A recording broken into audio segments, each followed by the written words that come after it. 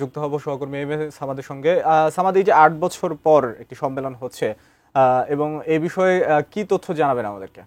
৭ বছর ৮ মাস পরে বিএনপির দ্বিবার্ষিক সম্মেলনে আজকে আমরা দেখেছি যে বেশ এক সপ্তাহ খানিক ধরে ঠাকুরগাঁয়ে উচ্ছ্বাস এবং উদ্দীপনা ছিল যারা বিএনপি নেতাকর্মী রয়েছেন এবং যারা বিশেষ করে কাউন্সিলর রয়েছেন তাদের মধ্য দিয়ে। এবং আজকে সেই দিনটি সকালবেলায় আমরা লক্ষ্য করেছি ঠাকুরগাঁয়ের এই দ্বিবার্ষিক সম্মেলনকে কেন্দ্র করে বিএনপির মহাসচিব মির্জা ফখরুল ইসলাম আলমগীর এবং দলটির ভাইস চেয়ারম্যান শামসুজ্জামান দুদু এবং রংপুর বিভাগীয় যে সাংগঠনিক সম্পাদক আসাদুল্লাহ হাবিব তারা সকালবেলা যে প্রথম অধিবেশনকে কেন্দ্র করে পতাকা উত্তোলন করেছেন এবং যে বেলুন উত্তোলন করেছেন। উড্ডয়নের মধ্য দিয়ে তাদের প্রথম পর্বে যে আনুষ্ঠানিকতা, সেই আনুষ্ঠানিকতা তাদের শুরু হয়েছে এবং এই আনুষ্ঠানিকতার অংশ হিসেবে এই আজকের এই দ্বিবার্ষিক সম্মেলনে উদ্বোধন ঘোষণা করেছেন বিএনপির মহাসচিব মির্জা ফখরুল ইসলাম আলমগীর। তিনি আজকের এই উদ্বোধনে যে বিষয়গুলো সবচেয়ে বেশি গুরুত্ব সহকারে বলেছেন, তিনি বলেছেন যে যেহেতু ফ্যাসিস্ট শাসন ব্যবস্থার আমলে যে সকল প্রতিষ্ঠানগুলো ধ্বংস করে দেওয়া হয়েছে সেই সকল প্রতিষ্ঠানগুলোকে বিএনপি এই আজকের এই সম্মেলনের মধ্য দিয়ে বিএনপি সেই প্রতিষ্ঠানগুলোকে শক্তিশালী করবে।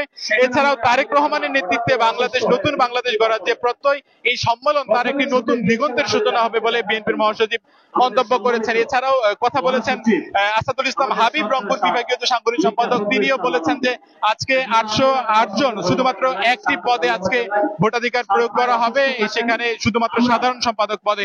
এছাড়াও যে সাধারণ সম্পাদক পদে ৪ জন প্রতিদ্বন্দ্বিতা করার কথা ছিল, ৪ জন মনোনয়ন নিয়েছিলেন, তবে ৩ জন, একজন গতকালকে প্রত্যাহার করবার কারণে ৩ জন শুধুমাত্র আজকের এই যে সাধারণ সম্পাদক পদে তারা নির্বাচন করবেন এবং বাকি যারা রয়েছেন এবং তারা আর কোনো পদে নির্বাচন হবে না। যে সভাপতির যে পদটি সেটি মির্জা ফখরুল ইসলাম আলমগীরের ছোট ভাই মির্জা ফয়সাল আমিন একমাত্র শুধু তিনি প্রতিনিধিত্ব করছেন, আর কেউ প্রতিনিধিত্ব করবেন না, শুধুমাত্র ৩ জন।